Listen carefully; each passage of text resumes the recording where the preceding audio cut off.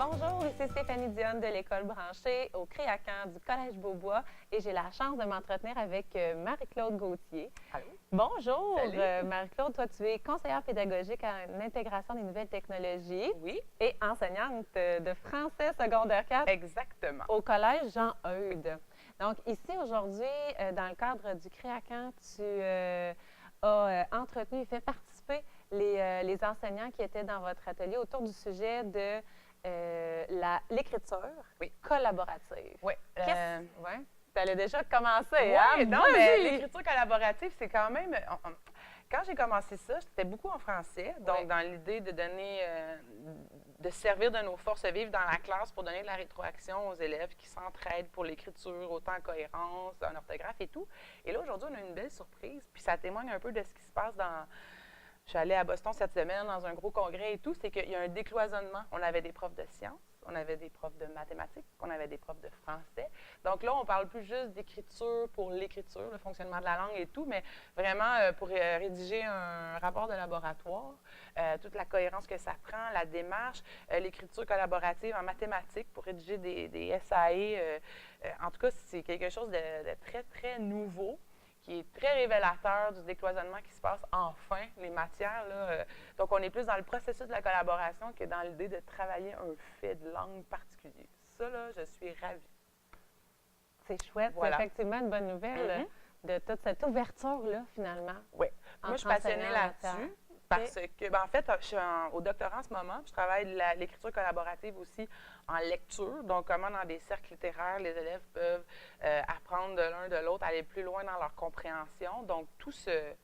La collaboration, là, c'est plus qu'être juste un à côté de l'autre. C'est vraiment l'idée de voir soit le conflit qui peut s'opérer entre deux élèves, valider notre compréhension, aider. On peut réfléchir à savoir est-ce qu'on va mettre des élèves avec des niveaux différents pour qu'il y ait une relation plus de tutorat ou on va les garder comme homogènes pour que vraiment ils puissent s'entraider selon leur niveau pour pas qu'il y ait trop de situations d'autorité. C'est vraiment fascinant. Puis comme on est dans une ère où on a les technologies qui sont là pour nous aider, parce qu'on parle souvent de l'outil, mais comment il peut venir soutenir notre démarche. Je pense que pour la collaboration là, avec les plateformes comme Google Doc et compagnie, on a enfin un moyen pour mettre ça de l'avant dans nos classes. Puis je pense que toutes les matières sont en train de s'en rendre compte. Fonctionnel et facilement. J'allais te demander, c'est quoi l'outil que tu préfères? C'est beaucoup ce qui est... Bien, ça dépend, parce que selon ce qu'on a comme... nous, on a l'iPad au Collège Jean-Eudes depuis 5 ans. Puis c'est sûr que pour l'iPad, par exemple, des plateformes comme Google Docs sont un petit peu moins intéressantes parce qu'ils sont limités dans les fonctionnalités. Mais il y a un outil qui avait été développé par le Récit qui s'appelle epad.reci.org, qui est un site en ligne gratuit où les élèves peuvent écrire dans une fenêtre avec chacun leur couleur. Et il y a aussi une plateforme de clavardage à côté qui permet de commenter le travail des autres. Donc, avec des intentions très claires de commentaires, ils peuvent arriver à bonifier les tâches d'écriture de façon très intéressante. Et c'est ça, ça dépend toujours de l'outil. C'est de plus en plus multiplateforme, mais avec l'iPad, la suite Google est des fois un petit peu moins... on ne peut pas aller à son maximum de potentiel. Donc, on trouve d'autres alternatives. Exactement. OK. Puis, qu'est-ce que tu as particulièrement aimé aujourd'hui de voir comme peut-être réflexion ou comme réalisation dans en fait, le cadre du Créacan? Ce qu'on voulait faire sortir, c'était les deux conditions dans la recherche. Puis comme je suis au doctorat en ce moment, je m'interroge beaucoup là-dessus, c'est-à-dire ce qui ressort beaucoup dans la recherche, c'est que deux façons, pour que la collaboration soit vraiment optimale, il faut qu'il y ait eu un enseignement explicite avant, une modélisation. Il faut que le prof les ait amenés à réfléchir, parce que sinon, ils vont pas porter un regard critique, ils ne vont pas observer des choses très pointues, ils vont rester dans le général, puis ils ne savent pas où. Il faut les guider, il faut les orienter, il faut leur montrer.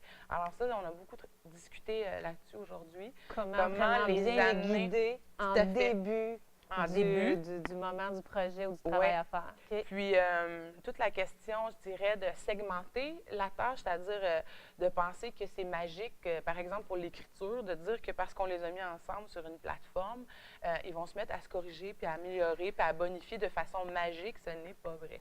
Parce que là, il y a trop de choses à gérer. Donc, si on a commencé par une bonne modélisation, on leur a dit, regarde, il y a les 3 points suivants que je veux que tu observes dans la tâche de l'autre. pour qu'il y ait une distance. Ils vont regarder ce qui se passe dans la tâche de l'autre, puis on le fait fréquemment.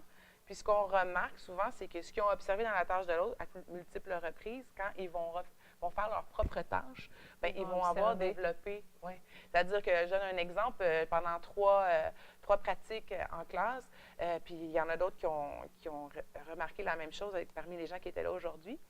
Mettons qu'ils ont observé tel fait, peu importe la matière, dans des pratiques collaboratives assez fréquentes.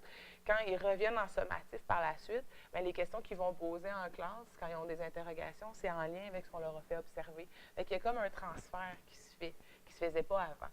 Mais pour ça, par exemple, ça prend plus qu'une fois. Il faut qu'on les habilite à le faire. C'est pas parce qu'ils collaborent une fois dans l'année. Ça prend de la répétition. Ouais, la répétition dans le processus pour qu'ils développent des habiletés à apporter un regard critique qui est quand même assez pointu. Mais pour ça, il faut les guider. Sinon, quand même des élèves secondaires, là, même au primaire. Mais on peut adapter le niveau, même un élève de primaire, deuxième année, on pourrait lui faire observer s'il y a eu des majuscules, s'il a fait ci, s'il a fait ça. Donc, ça s'adapte à tous les niveaux puis toutes les matières, je pense. OK. Voilà. Très beau. Fait que ce que tu as aimé particulièrement voir au travers des participants du Créacan, c'est le fait qu'ils ont qui ont ramené ça dans leur matière. Donc, dans le sens de, tu sais, en sciences, par exemple, si tu n'es pas capable d'être cohérent dans ton affaire, l'écriture collaborative va pouvoir t'aider parce que c'est peut-être un rapport de science, mais c'est la langue qui te permet de transmettre ce que tu as compris, ta compréhension et tout. Alors, si tu n'as pas un fil conducteur, si ça ne répond pas à certains critères de la langue, bien, en sciences, ça ne va pas aller, en maths non plus, c'est la lecture, l'écriture. Donc, tout est vraiment... tout le monde a compris que c'était un genre de socle commun, la collaboration, puis que de savoir écrire, de porter un regard critique, ça aide autant pour la lecture que l'écriture dans toutes les matières. Puis ça, je trouve que c'est un gain, encore une fois, extraordinaire. Extraordinaire. Voilà. Merci beaucoup de nous avoir partagé tout cela. Puis on vous souhaite de mettre en place toutes ces conditions-là. Puis oui, cette tout le monde est parti avec écriture quelque chose de... collaborative. Oui. Tout le monde est parti avec quelque chose de concret, puis c'est ce qu'on veut aussi, que ça prenne place dans la classe par la suite. Oui. Merci. Merci.